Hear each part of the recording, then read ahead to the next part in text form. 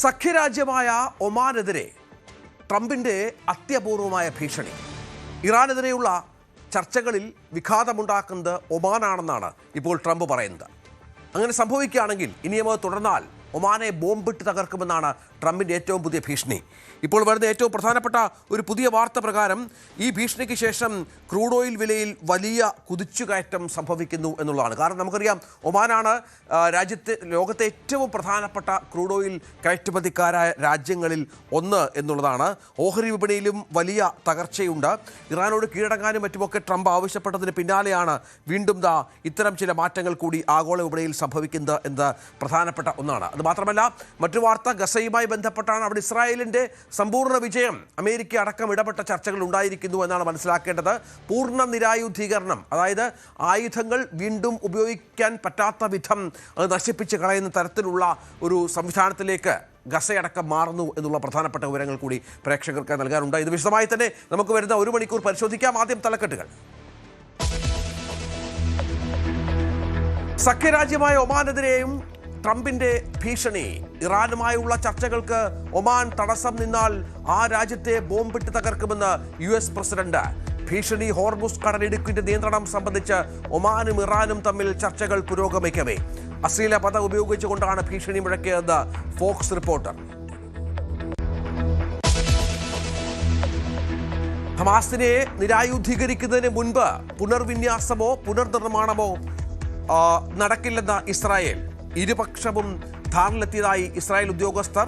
പിടിച്ചെടുക്കുന്ന ഓരോ ആയുധവും പൂർണ്ണമായും പ്രവർത്തനരഹിതമാക്കുമെന്നും ഇസ്രായേൽ. സ്വയം പ്രതിരോധത്തിനുള്ള പൂർണ്ണ അവകാശം ഇസ്രായേലിനുണ്ടെന്നും മുന്നറിയിപ്പ്. ഗാസ സമാധാന പദ്ധതിയുടെ അടുത്ത ഘട്ടത്തിലും 30 ദിവസത്തിനുള്ളിൽ പുരോഗതി ഉണ്ടാകുമെന്ന് ജാരഡ് കുഷ്ണർ. USS എബ്രഹാം ലിങ്കണിന് പിന്നാലെ കൂടുതൽ അമേരിക്കൻ കപ്പലുകളിലെ മോശം സാഹചര്യം പുറത്തേക്ക്. USS George Washington, USS George HW Bush, USS boxer തുടങ്ങിയ കപ്പലുകളിലെ നാവികരും പരാതിയുമായി രംഗത്ത്. SS ജോർജ് വാഷിംഗ്ടണിലെ വൃത്തിഹീനമായ ബാത്റൂം, തറ, തുരുമ്പിച്ച പൈപ്പുകൾ എന്നിവയുടെ ചിത്രങ്ങൾ പുറത്തുവിട്ട് അമേരിക്കൻ എഴുത്തുകാരൻ. കാണാതായ പൈലറ്റുമാരെ തിരയാൻ വ്യോമസേനാ സംഘത്തെ ഖത്തറിൽ പ്രവേശിപ്പിക്കണമെന്ന് ഇറാൻ. അന്വേഷണ സംഘത്തെ പ്രവേശിപ്പിക്കുന്നതിൽ ഖത്തർ അധികൃതർ മനഃപൂർവ്വം കാലതാമസം വരുത്തുകയാണെന്നും ആരോപണം. പൈലറ്റുമാരെ കസ്റ്റഡിയിൽ വെച്ചിട്ടില്ലെന്ന് ഖത്തറിന്റെ വിശദീകരണം. ബെലാറസ് യുക്രൈൻ അതിർത്തികളിൽ റഷ്യ 10 രഹസ്യ ഡ്രോൺ താവളങ്ങൾ സ്ഥാപിച്ചതായി റിപ്പോർട്ട്. നാറ്റോയിലെ പല അംഗരാജ്യങ്ങളെയും ആക്രമണ പരിധിയിൽ കൊണ്ടുവരാൻ നീക്കം. മാധ്യമ റിപ്പോർട്ടുകൾ ഉപഗ്രഹ ചിത്രങ്ങളും ചോർന്നുകിട്ടിയ രേഖകളും അടിസ്ഥാനമാക്കി തങ്ങളുടെ ഡ്രോണുകൾക്ക് ബ്രിട്ടീഷ് തീരങ്ങൾ വരെ എത്താൻ കഴിയുമെന്നും റഷ്യയുടെ അവകാശവാദം. ഇന്ത്യയുടെ തെരഞ്ഞെടുപ്പ് സംവിധാനത്തെ വാനോളം പുകഴ്ത്തി ഡൊണാൾഡ് ട്രംപ്. തെരഞ്ഞെടുപ്പ് പ്രക്രിയയും വോട്ടർമാർക്കുള്ള ഫോട്ടോ പതിച്ച തിരിച്ചറിയൽ കാർഡുകൾക്കും പ്രശംസ. പരാമർശം മുഖ്യ തെരഞ്ഞെടുപ്പ് കമ്മീഷണർ ജ്ഞാനേഷ് കുമാറുമായി നടത്തിയ സംഭാഷണം ചൂണ്ടിക്കാട്ടി.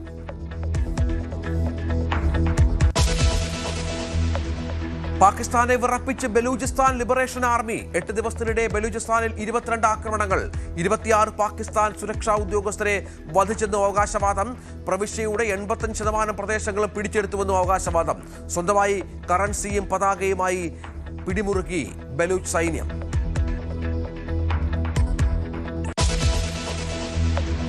പാകിസ്ഥാൻ കേന്ദ്രമായുള്ള ഭീകര ശൃംഖലയെ ഇന്ത്യൻ സുരക്ഷാ സേന പിടികൂടിയതായി കേന്ദ്ര ആഭ്യന്തരമന്ത്രി. വലയിലായത് ISAയുടെ പിന്തുണയോടെ പ്രവർത്തിക്കുന്ന ഷഹസാദ് ഭട്ടി നെറ്റ്വർക്കിന്റെ 200-ലധികം പ്രവർത്തകർ. 14 സംസ്ഥാനങ്ങളിലായി സൈനിക ഓപ്പറേഷൻ. ഏറ്റവും കൂടുതൽ പേർ പിടിയിലായത് ഉത്തർപ്രദേശിൽ നിന്ന്. പ്രതീക്ഷകളുടെ വാതിൽ തുറന്ന് വിഴിഞ്ഞം. സമ്പൂർണ്ണ കയറ്റുമതി തുടങ്ങുന്ന വിഴിഞ്ഞം എക്സിം മുഖ്യമന്ത്രി ഉദ്ഘാടനം ചെയ്യും. കേന്ദ്രമന്ത്രി സർബാനന്ദ് സോനോവാൾ മുഖ്യാതിഥി. കേരളത്തെ തുറമുഖ നഗരമാക്കി മാറ്റുന്ന മിഷൻ സമുദ്ര പദ്ധതിക്കും ഇന്ന് തുടക്കം.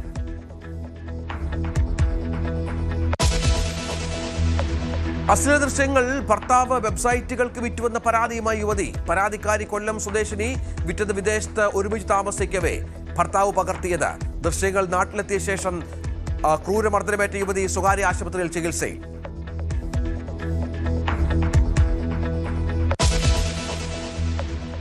പാകിസ്ഥാൻ സുരക്ഷാ സേനയ്ക്ക് നേരെ ആക്രമണം അതിശക്തമാക്കിയിരിക്കുകയാണ് വിഘടനവാദി ഗ്രൂപ്പ് ലിബറേഷൻ ആർമി 8 ദിവസത്തിനിടെ ബലൂചിസ്ഥാനിൽ 22 ആക്രമണങ്ങൾ നടത്തിയെന്നും 26 പാകിസ്ഥാൻ സുരക്ഷാ ഉദ്യോഗസ്ഥരെ വധിച്ചുവെന്നുമാണ് സംഘടനയുടെ അവകാശവാദം.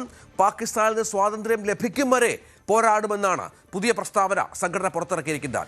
പ്രധാനപ്പെട്ട ഒരു കാര്യം, 1 ലക്ഷത്തോളം ഗറില്ല പോരാളികൾ ഇവർക്കായി നിരത്തുകളിൽ പൊരുതുന്നു എന്നുള്ളതാണ്. അത് പാകിസ്ഥാനെ വല്ലാതെ വിറപ്പിക്കുകയാണ്. 26ഓളം ആളുകൾ കൊല്ലപ്പെടുന്നു. അത് മാത്രമല്ല, പ്രവിശ്യയുടെ 85% പ്രദേശങ്ങൾ പിടിച്ചെടുത്തു. സ്വന്തം കറൻസിയുണ്ട്, സ്വന്തം പതാകയുണ്ട്. അങ്ങനെ പാകിസ്ഥാന്റെ ആഭ്യന്തര സംഘർഷം മൂർച്ഛിക്കുകയാണ്. സജിത്ത് വിവരങ്ങളുമായി ചേരും. സജിത്ത്, ചെറിയ വിഷയമല്ല പാകിസ്ഥാൻ നേരിടുന്നത്. ഈ മേഖലയിലൊക്കെ തെരഞ്ഞെടുപ്പ് നടത്താനുള്ള ശ്രമങ്ങളൊക്കെ പാകിസ്ഥാന്റെ ഭാഗത്തുണ്ടായതും ഒക്കെ നമ്മൾ കണ്ടതാണ്. ഇപ്പോൾ ഇവരുടെ ആയുധങ്ങളെ, സൈനികരെ വെല്ലുവിളിക്കത്തക്ക വിധമുള്ള വളർച്ചയാണ് വിഘടനവാദത്തിന് പാകിസ്ഥാനിൽ. തീർച്ചയായും അസാധാരണമായ പ്രതിസന്ധിയാണ് പാകിസ്ഥാൻ നേരിടുന്നത്. 2005 മുതൽ തന്നെ ഈ നീക്കം അതിൻ്റെ ഏറ്റവും ശക്തമുള്ള അവസ്ഥയിൽ തന്നെയാണ്. പ്രത്യേകിച്ച് ബലൂജ് തീവ്രവാദികൾ, ബലൂജ് വിഘടനവാദികൾ നടത്തുന്ന നീക്കം അവിടുത്തെ സർക്കാരിനെ തന്നെ അട്ടിമറിക്കപ്പെടുമോ എന്ന തരത്തിലുള്ള ആശങ്ക പോലും ഉണ്ടാക്കുന്നു എന്നാണ് സാഹചര്യം. അതായത് ബലൂചിസ്ഥാൻ പ്രത്യേക രാജ്യമായി പ്രഖ്യാപിക്കണമെന്നതിൻ്റെ ആവശ്യം, ഈ ബലൂജ് പ്രദേശത്തിൻ്റെ 85% തങ്ങളുടെ കയ്യിലാണെന്ന് അവരുടെ വാദം. 1 ലക്ഷത്തിലധികം വരുന്ന ബലൂജ് ലിബറേഷൻ ആർമി അംഗങ്ങൾ സജീവമായി തന്നെ പോരുണ്ട്. 2025 മുതൽ നേരിടേണ്ടി വരുന്ന പോരാട്ടങ്ങളും ആക്രമണങ്ങളും ഒട്ടും ചെറുതല്ല. കഴിഞ്ഞ 8 ദിവസത്തിനിടയിൽ നിർണായകമായ പല നീക്കങ്ങളും നടന്നിട്ടുണ്ട്, പല അട്ടിമറി ശ്രമങ്ങളും ഉണ്ടായിട്ടുണ്ട്. അങ്ങനെ എല്ലാ അർത്ഥത്തിലും പ്രതിസന്ധിയിലാണ്. അപ്പോൾ ബലൂചിസ്ഥാൻ പ്രത്യേക രാഷ്ട്രമായി അംഗീകരിക്കണം എന്ന വാദം, അത് പാകിസ്ഥാൻ അതിന് വഴങ്ങേണ്ടി വരുമോ എന്നുമാണ് ഇപ്പോൾ ഉയരുന്ന ചോദ്യം. കാരണം ആ രീതിയിലുള്ള വലിയ വിഘടനവാദ പ്രശ്നങ്ങളാണ് പാകിസ്ഥാൻ നേരിടുന്നത് എന്നതാണ് സാഹചര്യം. പാകിസ്ഥാന്റെ സർക്കാർ സംവിധാനങ്ങൾ തന്നെ നടത്തിയ പരിശോധനയിൽ തന്നെ ഈ ആക്രമണങ്ങളുടെ കണക്കെടുത്തിട്ടുണ്ട്. കഴിഞ്ഞ 8 ദിവസത്തിനിടെ നടന്ന നിരവധി ആക്രമണങ്ങളുണ്ട്. ഇതിൽ പലതും വലിയ നഷ്ടങ്ങൾ നേരിടേണ്ടി വരുന്നുണ്ട്. പൊതുവിൽ പാകിസ്ഥാന്റെ ജനാധിപത്യം തന്നെ ലോകരാഷ്ട്രങ്ങൾക്ക് മുന്നിൽ വലിയ ചോദ്യം ചിഹ്നമായിട്ടുണ്ട്. വലിയ തരത്തിൽ ജനാധിപത്യ ധ്വംസനം അവിടെ നടക്കുന്നു എന്ന ആക്ഷേപങ്ങൾ ഉയർന്നിട്ടുണ്ട്. പലയിടങ്ങളിലും ഈ ഇന്റർനെറ്റും മറ്റും വിച്ഛേദിച്ചുകൊണ്ടുള്ള നീക്കങ്ങൾ നടത്തി സർക്കാർ ഇതിനെയൊക്കെ നേരിടാൻ ശ്രമിക്കുമ്പോഴും മറുതരത്തിൽ അത് വലിയ പ്രശ്നങ്ങളായി മാറുന്നു. ലോക സംഘടനകളുടെ വലിയ ഇടപെടലുകൾ ഉണ്ടാകുന്നു. അപ്പോൾ ബലൂചിസ്ഥാൻ ഒരു പ്രത്യേക രാഷ്ട്രമായി മാറുമോ എന്ന നീക്കത്തിലേക്കാണ് വരുന്നത്. എന്തായാലും ഈ വിഘടനവാദികളുടെ നീക്കത്തിനോട് മറ്റ് ലോകരാജ്യങ്ങളുടെ പിന്തുണ എത്രമാത്രം ഉണ്ടാകുമെന്നത് പറയാവേ വയ്യ. എന്തായാലും പാകിസ്ഥാൻ നേരിടുന്നത് അസാധാരണമായ പ്രതിസന്ധിയാണ്. സ്വന്തം രാജ്യത്തിനുള്ളിൽ മറ്റൊരു മേഖല ഉണ്ടാകുന്നു എന്ന അവസ്ഥയിലേക്ക് പോകുന്നു. പ്രദേശത്തിൻ്റെ 85% സ്ഥലങ്ങൾ ഞങ്ങൾ പിടിച്ചെടുത്തു എന്ന ബലൂജ്വാദികളുടെ വാദം സർക്കാർ അംഗീകരിക്കുന്നില്ലെങ്കിൽ കൂടിയും അസാധാരണ സാഹചര്യത്തിലൂടെയാണ് കടന്നു പോകുന്നത്. നിരവധി ഏറ്റുമുട്ടലാണ്. ഇത് പൊതുവിൽ പാകിസ്ഥാന്റെ ബലൂജ് മേഖലകൾക്കപ്പുറമുള്ള ഇടങ്ങളിലേക്കും ഈ പ്രതിസന്ധി ബാധിക്കുന്നു എന്നതാണ് അപ്പോഴത്തെ അവസ്ഥ. തീർച്ചയായും അതാണ് സാഹചര്യം. ഏതായാലും പാകിസ്ഥാനെ ബലൂജ് ആർമി വിറപ്പിക്കുകയാണ് എന്ന കാര്യത്തിൽ സംശയമില്ല. മറ്റൊരു പ്രധാനപ്പെട്ട വാർത്ത, സ്വാതന്ത്ര്യദിനത്തോടനുബന്ധിച്ച് രാജ്യത്ത് വലിയ അട്ടിമറി പ്രവർത്തനങ്ങൾ നടത്താനുള്ള ശ്രമങ്ങൾ നടന്നു എന്ന ഗൗരവതരമായ ഞെട്ടിപ്പിക്കുന്ന വാർത്ത കൂടി പുറത്തു വരികയാണ്. പാകിസ്ഥാൻ കേന്ദ്രമായുള്ള ഭീകര ശൃംഖലയെ ഇന്ത്യൻ സുരക്ഷാ സേന പിടികൂടിയതായി കേന്ദ്ര ആഭ്യന്തരമന്ത്രി അമിത്ഷാ പുറത്തു പറഞ്ഞതോടെയാണ് ഈ വിഷയത്തിൻ്റെ ഗൗരവം വർദ്ധിക്കുന്നത്. ISIയുടെ പാകിസ്ഥാന്റെ ചാരസംഘടനയായ ISIയുടെ പിന്തുണയോടെ പ്രവർത്തിക്കുന്ന ഷഹസാദ് ഭട്ടി നെറ്റ്വർക്ക് SBNന്റെ 200-ലധികം പ്രവർത്തകരെയാണ് ഇപ്പോൾ പിടികൂടിയിരിക്കുന്നത്. 14 സംസ്ഥാനങ്ങളിലായിരുന്നു ഓപ്പറേഷൻ എന്നാണ് വിവരങ്ങൾ പുറത്തുവരുന്നത്. ഇത് മാത്രമല്ല, ഉത്തർപ്രദേശിലാണ് ഏറ്റവും കൂടുതൽ ആളുകൾ പിടിയിലായിരിക്കുന്നത് എന്നുള്ളതാണ്. ഗ്രനേഡ് വഴിയുള്ള സ്ഫോടനങ്ങൾ അടക്കമുള്ള വലിയ പ്രവർത്തനങ്ങൾ ഇവർ ആസൂത്രണം ചെയ്തിരുന്നു. ഇതിനെ ഗൗരവമായി എടുത്തുകൊണ്ട് കൂടുതൽ വ്യാപകമായ പരിശോധനയിലാണ് ആഭ്യന്തര വകുപ്പ് എന്ന് മനസ്സിലാകുന്നത്. ചെറിയ കാര്യമല്ലല്ലോ സജിത്ത് ഇത്. ഇപ്പോൾ അവരുടെ ടാർഗറ്റുകൾ IED സ്ഫോടനങ്ങൾ അടക്കം രാജ്യത്തുടനീളം നടത്തുക, പെട്രോൾ ബോംബ് ആക്രമണങ്ങൾ, ടാർഗറ്റഡ് കൊലപാതകങ്ങൾ എന്നിവയൊക്കെ ലക്ഷ്യം വെക്കുന്ന വലിയൊരു ഓപ്പറേഷനാണ് ഇപ്പോൾ പരാജയപ്പെട്ടിരിക്കുന്നത്. രഞ്ജിത്ത്, ഷഹസാദ് ഭട്ടി എന്നത് ഒരു ISI ഓപ്പറേറ്റഡ് സംഘടനയാണ്. രാജ്യത്തെ 200ഓളം കേന്ദ്രങ്ങളിലായി നടക്കുന്ന പലതരത്തിലുള്ള ഓപ്പറേഷൻസുകൾ. ഓഗസ്റ്റ് 15 രാജ്യം സ്വാതന്ത്ര്യദിനം നമ്മൾ ആഘോഷിക്കപ്പെടുമ്പോൾ അതിന് ദിവസങ്ങൾക്ക് മുമ്പ് തന്നെ നമ്മുടെ സുരക്ഷാ സേന വളരെ ശക്തമായ മറ്റൊരു ദൗത്യത്തിലാണ്. പക്ഷേ ഇതാരും പുറത്തു പറഞ്ഞില്ല എന്ന് മാത്രം. ഒടുവിൽ ആഭ്യന്തരമന്ത്രി അമിത്ഷാ തന്നെ ഇതിൻ്റെ നീക്കങ്ങൾ പുറത്തു പറഞ്ഞതോടുകൂടിയാണ് നമ്മൾ സുരക്ഷാ സേന ഏറ്റെടുത്ത ഒരു വലിയ ദൗത്യം പുറത്തു വരുന്നത്. ഓപ്പറേഷൻ സിന്ദൂർ പോലെയുള്ള വലിയ സൈനിക നടപടികൾക്ക് ശേഷം നടക്കുന്ന സ്വാതന്ത്ര്യദിന ആഘോഷമാണ്. സ്വാഭാവികമായും അട്ടിമറി ശ്രമങ്ങളുടെ സാധ്യത നേരത്തെ തന്നെ ഇന്റലിജൻസ് വൃത്തങ്ങൾ മുന്നിൽ കണ്ടിരുന്നു. അതുകൊണ്ട് തന്നെ ആ ജാഗ്രതയുള്ള പരിശോധനകൾ നടന്നു. രാജ്യത്തിൻ്റെ പല ഭാഗങ്ങളിലായി പ്രവർത്തിച്ചു വരുന്ന ഈ സംഘങ്ങളെയാണ് പിടികൂടിയത്. ഇതിൽ 2 പേരുടെ അറസ്റ്റ് കേരളത്തിൽ നിന്ന് പോലും ഉണ്ടായി എന്നതാണ് പ്രധാനപ്പെട്ട കാര്യം. ആഭ്യന്തര വകുപ്പാണ് ഇതിൻ്റെ കണക്കുകൾ പുറത്തുവിടുന്നത്. ഇതിൽ പ്രധാനപ്പെട്ട കാര്യം ഉത്തർപ്രദേശാണ് ഇതിൻ്റെ പ്രധാനപ്പെട്ട കേന്ദ്രം. ജമ്മു കാശ്മീരുണ്ട്, ഒപ്പം തന്നെ ഹരിയാനയുണ്ട്. മേഖലകളൊക്കെ കേന്ദ്രീകരിച്ചുകൊണ്ടുള്ള വലിയ പ്രവർത്തനങ്ങൾ നടത്തി വരുന്ന സംഘങ്ങളാണ് പിടികൂടുന്നത്. CCTVകളൊക്കെ സ്ഥാപിച്ചുകൊണ്ട് വലിയ പ്രധാനപ്പെട്ട വിവരങ്ങൾ ചോർത്തുക, ഒപ്പം തന്നെ പാകിസ്ഥാൻ തീവ്രവാദി ഗ്രൂപ്പുകളുമായി വലിയ തരത്തിലുള്ള ബന്ധം, രാജ്യത്തിനകത്ത് നിന്നുകൊണ്ട് ഇപ്പോഴും തീവ്രവാദ നീക്കങ്ങൾ നടത്തുന്നു. നമ്മൾ തീവ്രവാദത്തെ വിഘടനവാദത്തെ എല്ലാ അർത്ഥത്തിലും ചെറുത്തു തോൽപ്പിക്കുന്നു എന്ന് പറയുമ്പോഴും രാജ്യത്തിന് അകത്ത് ഇപ്പോഴും ഇത്തരം ചെറു ഗ്രൂപ്പുകൾ പ്രവർത്തിക്കുന്നു എന്ന വലിയ സുപ്രധാനമായ കണ്ടെത്തൽ കൂടിയാണ് ഉണ്ടായിരിക്കുന്നത്. അവർക്കെതിരായ നീക്കങ്ങളാണ് ഉണ്ടായത്. എന്തായാലും വളരെ വിപുലമായൊരു ഓപ്പറേഷനിലായിരുന്നു നമ്മുടെ ഇൻ്റലിജൻസും തുടർന്ന് സുരക്ഷാ സേനയും ഏർപ്പെട്ടത് എന്ന കാര്യം കൂടിയാണ് വെളിപ്പെടുന്നത്. ഇന്നലെ ആഭ്യന്തരമന്ത്രി അമിത്ഷായുടെ പ്രസ്താവന പുറത്തു വന്നതിന് പിന്നാലെ കേന്ദ്രമന്ത്രിസഭാംഗങ്ങൾ എല്ലാവരും തന്നെ ഇതിൽ ഇൻ്റലിജൻസിനെ അഭിനന്ദിച്ചുകൊണ്ടുള്ള പത്രക്കുറിപ്പുകളും ഒപ്പം തന്നെ സോഷ്യൽ മീഡിയ പോസ്റ്റുകളും സജീവമായിട്ടിട്ടുണ്ട്. കാരണം രാജ്യം ഏറ്റവും സുരക്ഷിതമായി സ്വാതന്ത്ര്യദിനം ആഘോഷിച്ചത് നമ്മളുടെ സുരക്ഷാ സേനയുടെ ജാഗ്രത കൊണ്ടാണ്, അവരുടെ ഇടപെടൽ കൊണ്ടാണ് എന്നതാണ് എല്ലാവരും ചൂണ്ടിപ്പറയുന്ന ഒരു കാര്യം. നമുക്ക് സ്വാതന്ത്ര്യദിനത്തിൻ്റെ അന്ന് പ്രധാനമന്ത്രി നരേന്ദ്രമോദി ബുള്ളറ്റ് പ്രൂഫുകൾ മാറ്റി ബുള്ളറ്റ് പ്രൂഫ് കവറേജിൽ നിന്നാണ് സാധാരണ പ്രധാനമന്ത്രിമാർ പ്രസംഗിക്കാറുള്ളത്. അന്നത്തെ ദിവസം ബുള്ളറ്റ് പ്രൂഫ് കവറേജ് മാറ്റണം, എങ്കിലേ താൻ പ്രസംഗിക്കാൻ തയ്യാറാവുക എന്ന് പ്രധാനമന്ത്രി നിലപാടെടുത്തു എന്നും മറ്റ് ചില വാർത്തകൾ പുറത്തു വന്നിരുന്നു. എന്തായാലും അത്തരം കാര്യങ്ങൾക്ക് വന്നത് ഈ ഇന്റലിജൻസ് റിപ്പോർട്ടുകളുടെ കൂടി അടിസ്ഥാനത്തിലാണ്. തീർച്ചയായും സൈത്താണ് വിവരങ്ങൾ പങ്കുവച്ചത്. നമുക്കിനി പശ്ചിമേഷ്യയിലേക്ക് ഒന്ന് പോകണം. അവിടെ പ്രധാനമായും ചർച്ചകൾ കഴിഞ്ഞ 2 ദിവസമായി പുരോഗമിക്കുകയായിരുന്നു. ജാരഡ് കുഷ്ണർ, ട്രംപിൻ്റെ പ്രത്യേക പ്രതിനിധി, ആദ്യം ഹമാസിൻ്റെ നേതാക്കളെ കണ്ട് കാര്യങ്ങൾ ചർച്ച ചെയ്തു. അവരുമായി വിജയകരമായ ചില കാര്യങ്ങൾ സംസാരിച്ചു എന്നുള്ള വിവരങ്ങൾ പുറത്തു വന്നിരുന്നു. ഇന്നലെയാണ് പിന്നീട് പലസ്തീനിലെത്തുകയും നെതന്യാഹുവിനെ കണ്ട് കാര്യങ്ങൾ ചർച്ച ചെയ്യുകയും മറ്റും ചെയ്തത്. ഇപ്പോൾ പുറത്തു വരുന്ന ഏറ്റവും പുതിയ വിവരപ്രകാരം ഇസ്രായേലിന് വലിയ വിജയം ഈ ചർച്ചകളിൽ സംഭവിച്ചിരിക്കുന്നു എന്നുള്ളതാണ് മനസ്സിലാക്കേണ്ടത്. കാരണം ഹമാസിനെ പൂർണ്ണമായും നിരായുധീകരിക്കാതെ അവിടെ ഒരു പുനർവിന്യാസമോ പുനർനിർമ്മാണമോ നടക്കില്ല എന്ന് ഇരുപക്ഷവും ധാരണയിലെത്തി എന്നാണ് ഇസ്രായേലി ഉദ്യോഗസ്ഥൻ വ്യക്തമാക്കുന്നത്. അതായത് പൂർണ്ണമായും ഹമാസിനെ നിരായുധീകരിക്കും. അവർ ഉപയോഗിക്കുന്ന ആയുധങ്ങൾ ഒരിക്കലും പുനരുപയോഗിക്കാൻ പറ്റാത്ത വിധമുള്ള നിരായുധീകരണമായിരിക്കും നടക്കുക എന്നുള്ളതാണ്. ഇതുമായി ബന്ധപ്പെട്ട് ജാരഡ് കുഷ്ണർ പറയുന്നത് 30 ദിവസത്തിനുള്ളിൽ ഈ നിരായുധീകരണത്തിൽ പുരോഗതി ഉണ്ടാകും എന്നാണ് മനസ്സിലാക്കേണ്ടത്. അതുമാത്രമല്ല, ട്രംപിൻ്റെ ബോർഡ് ഓഫ് പീസ് ഏതാണ്ട് അംഗീകരിക്കത്തക്ക വിധത്തിലാണ് ഇപ്പോൾ കാര്യങ്ങൾ മുന്നോട്ട് പോകുന്നത്. ഇസ്രായേലിന് പ്രതിരോധിക്കാനുള്ള എല്ലാ അവകാശവുമുണ്ട് എന്നും വ്യക്തമാക്കുമ്പോൾ ചർച്ചകളിൽ ആത്യന്തികമായ വിജയം ഇസ്രായേലിനാണ് എന്ന് വേണം മനസ്സിലാക്കാൻ. അതുവരെ ഇസ്രായേലിൻ്റെ പിന്മാറ്റം ഗസയിൽ നിന്നുണ്ടാവില്ല എന്നുകൂടി ഇതിനോട് ചേർത്ത് വെക്കണം. വിനോദ്, ഇതിപ്പോൾ ഇസ്രായേലിനെ സംബന്ധിച്ചിടത്തോളം ഹമാസ് ഭീകരതയിലേക്കോ ആക്രമണത്തിലേക്കോ തിരിയുകയാണെങ്കിൽ, അവർ വീണ്ടും ആയുധം സംഭരിക്കാൻ ശ്രമിക്കുകയാണെങ്കിൽ അതിനനുസരിച്ച് നടപടിയെടുക്കാനുള്ള അവകാശം ഇസ്രായേൽ ഉണ്ടായിരിക്കുമെന്നാണ് ഇസ്രായേൽ ഇപ്പോൾ ചർച്ചയ്ക്ക് ശേഷം പറയുന്നത്. അതിലെന്താണ് വ്യക്തത വന്നിരിക്കുന്നത്? ഇസ്രായേലിന് വിജയകരമായ ഒരു ഫോർമുല രൂപപ്പെട്ടു എന്ന് വേണമോ കരുതാൻ? രഞ്ജിത്ത്, ഇപ്പോൾ ഹമാസ് പൂർണ്ണമായും അമേരിക്ക മുന്നോട്ട് വയ്ക്കുന്ന കാര്യങ്ങൾ അംഗീകരിക്കുന്നുണ്ട്. അവർ കരാറിൻ്റെ ഭാഗമായുള്ള വ്യവസ്ഥകൾ അംഗീകരിച്ചാണ് മുന്നോട്ട് പോകുന്നത്. ആയുധങ്ങൾ കൈമാറുന്നതടക്കമുള്ള നടപടികളിലേക്ക് ഹമാസ് എത്തിയിട്ടുണ്ട്. പക്ഷേ ഇസ്രായേലിനെ സംബന്ധിച്ച് കടുംപിടുത്തമാണ്. അവർ അങ്ങനെ ഒരു നിലപാടിലേക്കാണ് പോയിട്ടുള്ളത്. കാരണം ഇറാൻ യുദ്ധം അവസാനിപ്പിക്കുക എന്നത് അമേരിക്കയെ സംബന്ധിച്ചിപ്പോൾ വളരെ പ്രധാനപ്പെട്ട ഒരു കാര്യമാണ്. അതുകൊണ്ട് തന്നെയാണ് ഇതിൻ്റെ അടിസ്ഥാന പ്രശ്നമായ പലസ്തീനിലേക്ക് ഗസയിലേക്കൊക്കെ തന്നെ വിഷയം ചുരുക്കിക്കൊണ്ടുവന്നുള്ള അമേരിക്കയുടെ ചില ഒത്തുതീർപ്പ് ഫോർമുലകൾ എത്രയും പെട്ടെന്ന് ഈ യുദ്ധം അവസാനിപ്പിച്ച് ഇതിൽ നിന്ന് തലയൂരുക എന്നൊരു അവസ്ഥയിലേക്ക് അമേരിക്ക എത്തിയിട്ടുണ്ട്. പക്ഷേ അവിടെയാണ് ഇസ്രായേലിൻ്റെ ചില നീക്കങ്ങൾ. അതായത് ഈ ഒരു സമാധാനം വന്നു കഴിഞ്ഞാൽ, പ്രത്യേകിച്ച് ഗസയിൽ ഒരു ഈ ബോർഡ് ഓഫ് പീസ് എന്ന തരത്തിൽ ട്രംപ് മുന്നോട്ട് വയ്ക്കുന്ന ഒരു കാര്യം നടന്നു കഴിഞ്ഞാൽ തീർച്ചയായും പിന്നീട് ഇറാനിലേക്കുള്ള ആക്രമണങ്ങൾ സാധ്യമല്ലാതാകും. ഇറാൻ ആണവശക്തിയാകുമെന്ന ആശങ്ക അപ്പോഴും ഇസ്രായേലിനെ സംബന്ധിച്ച് പേടിപ്പിക്കുന്ന ഒരു കാര്യം തന്നെയാണ്. എപ്പോൾ വേണമെങ്കിലും ഇറാനിൽ നിന്നുള്ളൊരു ആക്രമണം ഇസ്രായേൽ പ്രതീക്ഷിക്കുന്നുണ്ട്. അതുകൊണ്ട് തന്നെ ഗസയിൽ സമാധാനം കൊണ്ടുവരാനുള്ള ഒരു സാഹചര്യവും ഇസ്രായേൽ ബോധപൂർവം സൃഷ്ടിക്കില്ല എന്ന് തന്നെയാണ്. അതിന് പിന്നിൽ രാഷ്ട്രീയം കൂടിയുണ്ട്. നമ്മൾ നേരത്തെയൊക്കെ റിപ്പോർട്ട് ചെയ്തതുപോലെ ഒക്ടോബറിൽ ഇസ്രായേലിൽ പൊതു തെരഞ്ഞെടുപ്പ് വരികയാണ്. ആ സമയത്ത് ഇങ്ങനെ ഒരു ദേശവികാരം ഉണർത്തി നിർത്തണമെങ്കിൽ തീർച്ചയായും ശത്രുരാജ്യങ്ങളുമായി ഏറ്റുമുട്ടലിലേക്ക് പോകേണ്ടതുണ്ട്. അവിടെ ഒരു സമാധാന കരാർ കൊണ്ടുവന്നു കഴിഞ്ഞാൽ തീർച്ചയായും ഭരിക്കുന്ന പാർട്ടിക്ക് അങ്ങനെ വലിയൊരു മൈലേജ് ഉണ്ടാകില്ല. മാത്രമല്ല ജനങ്ങളുടെ ശ്രദ്ധ കൂടുതൽ ഈ ഭരണകാര്യങ്ങളിലേക്ക് തിരിയും. അങ്ങനെയെങ്കിൽ ആൻറ്റി ഇൻകംബൻസി എന്ന് പറയുന്നത് പോലെ എല്ലായിടത്തും ഉള്ളത് തന്നെയാണ്. അത് ഇസ്രായേലിലും ഇപ്പോഴുള്ള ഭരണകൂടം ഭയപ്പെടുന്നുണ്ട്, നെതന്യാഹു ഭയപ്പെടുന്നുണ്ട്. അതുകൊണ്ട് തന്നെയാണ് അമേരിക്ക പല ഉപാധികൾ മുന്നോട്ട് വയ്ക്കുമ്പോഴും നെതന്യാഹു മുഖം തിരിഞ്ഞു നിൽക്കുന്നത്. മാത്രമല്ല അമേരിക്ക പോകുന്നെങ്കിൽ പൊയ്ക്കോട്ടെ, ഈ യുദ്ധം തങ്ങൾ ഒറ്റയ്ക്ക് കൊണ്ടുപോകുമെന്ന വലിയ വെല്ലുവിളി നടത്താനുള്ള ഒരു നിലയിലേക്ക് വരെ നെതന്യാഹു എത്തി എന്നത് തന്നെയാണ് നേരത്തെ ലോകത്തെ ഞെട്ടിച്ചത്.